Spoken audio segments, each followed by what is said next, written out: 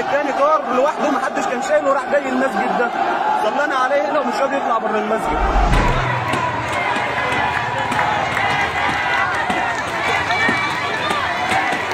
الشيخ عزت الصياد كان يعمل صيادا يصطاد السمك من البحار، فكان يخرج السمك من البحار ويقسمه إلى 3 أقسام. حياته كان رجل فقير وبسيط، وكان محب لأولياء الله الصالحين ولذكر الله. وكان في يوم من الأيام فقير على الله ودخلت عليه ناس ضيوف، خد الجلابية بتاعته وراح رهنها عند الخياط، خد منه فلوس عشان يجيب أكل وشرب وشاي وسكر ومعسل عشان الفقراء اللي رسوا عليه. معسل اللي هو بتاع الشيشة، معسل اللي هو الشيشة دي. كان ولي صاحب مزاج بصحيح، وطبعا ما دام في معسل وشيشة يبقى مفيش مانع بقى من حتة حشيش تظبط الدماغ.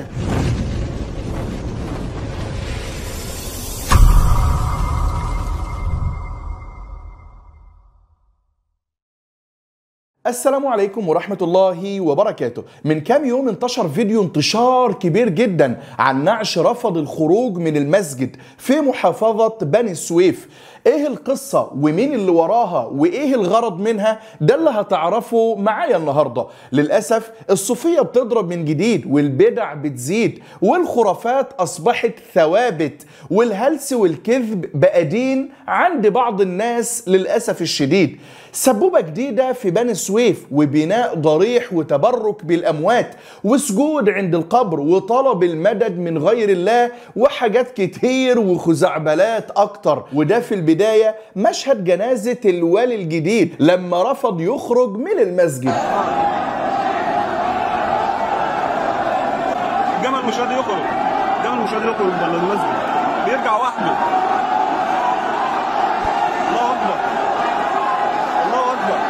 جمل وداه مسجد تاني كار لوحده محدش كان شايله، راح جاي المسجد ده صلينا عليه هنا ومش راضي يطلع بره المسجد.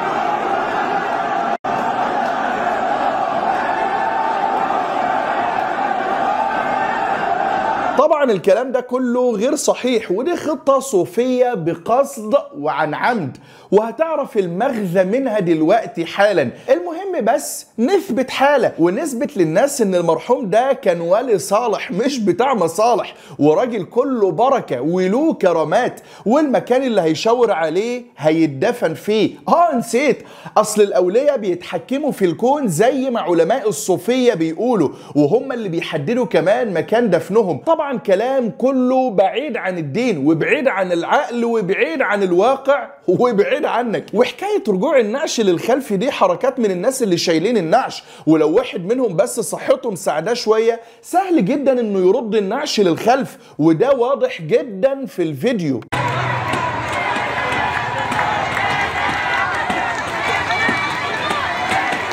شوفوا البدع والمنكرات، شوفوا مخالفة شريعة ربنا سبحانه وتعالى وصلت بينا لفين.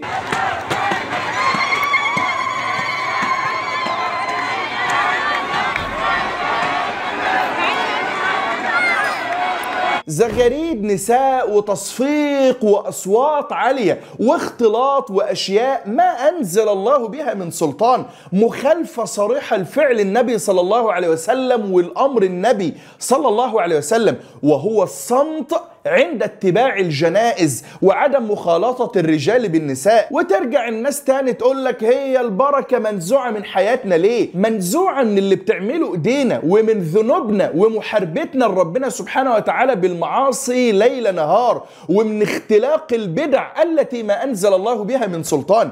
اللهم إنا نبرأ إليك من هذه البدع والمنكرات. يعني ميت وزغاريد وناقص فرقة كمان تغني لكم وانتوا بتدفنوا الراجل. والله حرام عليكم اللي بتعملوه في الناس وفي الأتباع ده. وكمان قالوا من كلمة قالوا دي، قالوا ان الشيخ رفض يدخل المسجد ودخل مسجد تاني، قصدي يعني الميت اللي ميت جوه النعش ده. اصل احنا عند صوفية مصر بقى الميت له كلمة وامر، يرفض يدخل هنا ويرفض يخرج من هناك. طب ايه القصة وايه الحكاية وليه الولي الحي الميت ده رفض يخرج من المسجد؟ شوف المشهد المشهد ده وانت هتفهم القصة كلها. النهارده الشيخ شعبان عزت الصياد ابن قرية بني صالح توفى اليوم، والنهارده زي ما حضراتكم شايفين في احتفالات داخل قرية بني صالح النهارده، وتم انشاء مجام للشيخ عزت الصياد داخل قرية بني صالح. تابعوا معانا علشان نعرف قصة الشيخ من الحاج الموجود معانا ان شاء الله. الشيخ اسماعيل، السلام عليكم. ده يا جماعه النهارده ده المجام بتاع الشيخ عزت الصياد، وهيبقى معانا مع حضراتكم عم الشيخ اسماعيل عشان يكلمنا على الشيخ عزت الصياد. ازيك يا عم الحاج؟ البقاء لله. وعايزينك تكلمنا عن الشيخ. قلت لي بقى المرحوم بجلالة قدره رفض يخرج ليه؟ ضريح وصندوق وزيارة ومدد وشيخ صندوق وخليفة مقام ومولد، وكل سنة وانتم طيبين. هنا يا سادة ضريح جديد في قرية الراجل المتوفي، وسبوبة جديدة تنضاف للسبوبة اللي شغالة، والايد اللي شغالة احسن من الايد اللي بطالة، وكله بيرزق بأفكار الشيطان. ضريح ومقام، وبعد كده بقى يتحط صندوق النصبايا جنب المقام، وتبدأ بقى البدع تشتغل، والناس تطلب المدد والشفاء والذرية والصحة والرزق وصلاح الحال من الميت، ومش بعيد كمان يطلبوا من الميت المغفرة، ويمكن كمان دخول الجنة والبعد عن النار. واوعى تفكر ان الكلام ده والله تريقة او هزار خالص، والله الصوفية عندهم فعلا الولي بيتحكم في مين يدخل الجنة ومين يدخل النار. واسألوا الطريقة التيجانية. طبعا انت مش مصدق ان الصوفية بيتحكموا في الجنة والنار. طيب معلش هخرج بكم بس ثواني عن موضوعنا الأساسي، وبالمرة كده نفك القعدة. شوف وتعجب من حلم ربنا سبحانه وتعالى وصبره على الكائنات اللي ربنا سبحانه وتعالى خلقها. يوم القيامة لا أسمح لأي ولي بعد الشيخ التجاني أن يدخل الجنة قبلي، ولا أسمح لأي ولي أن يدخل تلامذته قبل تلامذتي، وكأني أنا مخلق بنا وكأني أنظر إلى ذلك اليوم. اتفضل يا عم، حتى الجنة والنار اتحكم فيها الصوفية. الشيخ الصوفي بيقول لك انه لن يسمح لأي ولي من أولياء الله بدخول الجنة قبل شيخه وقبله هو كمان وقبل أتباعه. وما دام هو المتحكم بقى فده بيفتح الباب لأتباعه انهم يقدموا رشاوي، قصدي يا أخي صدقات، اوعى تفهم صح، علشان الوالي الحي الني ده يحجز لهم مكان في الجنة ويكون كمان مميز حسب بقى انت رشيته، قصدي تصدقت بقد ايه. وصدق الله جل الله إذ يقول يا أيها الذين آمنوا إن كثيرا من الأحبار والرهبان ليأكلون أموال الناس بالباطل ويصدون عن سبيل الله. وشفنا كتير والله من الناس دي بيترمى عليها فلوس رمي، لأنهم مفهمينهم إنهم بيتحكموا في الجنة والنار عياذا بالله. نرجع بقى للشيخ عزت صالح من قرية بني صالح. وللعلم الميت ده كان صوفي من حاجة كده اسمها الطريقة البيومية، وهنا بعد ما مات كمان راح يلف بالناس اللي شايلينه البلد كلها. ما هو المتحكم بقى في النعش مش هم.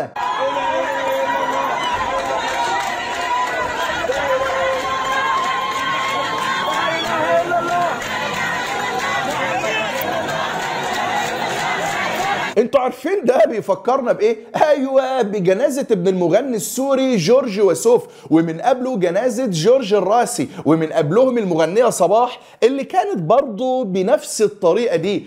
المهم بقى بعد ما الولي لف لفة كده وراح استقر في الضريح بتاعه، الناس راحت بسرعة لزيارة الضريح والتبرك بيه وطلب المدد منه. اسمع وشوف البدع الصوفية بتعمل ايه في عقول الناس. صلى على سيدنا النبي.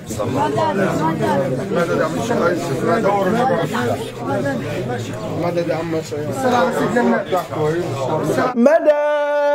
مدد من غير عدد. اسمع الناس وهي بتقول مدد يا سيدي او مدد يا شيخ عزت. اسمع الشرك بالله رب العالمين. طيب مدد ازاي من ميت وهو عاجز انه يمد نفسه بلقمة لقمة ياكلها قبل ما ماتوا بشهادتهم هم. والله اسمع يا عم الراجل نفسه اللي كان على الضريح بيقول ايه. في آخر حياته ابتلي ابتلاء شديدا ولكن كان صابرا محتسبا على أمر الله عز وجل. عم الشيخ عزت الصياد كان له مآسي كثيرة جدا. من المآسي بتاعته إنه هو ابتلي في بصره في آخر أيامه، وابتلي في جسده، وابتلي بأشد الابتلاء، وكان رضي الله تعالى عنه صابرا وكان مستسلما لأمر الله عز وجل. طبعا هو انقطع عن الطعام والشراب لمدة عديله حوالي 3 أيام دلوقتي أو 4 أيام. بعد كده فهمت معانا حصل عنده يعني هبوط أو ما إلى ذلك. طب كان نفع نفسه ورفع المرض عن نفسه، كان عايش بالمحلول في عروقه وعاجز من المرض انه ينفع نفسه وهو حي، يبقى ازاي هينفعك انت؟ ويبقى ازاي ينفعك اصلا وهو ميت؟ وربنا بيقول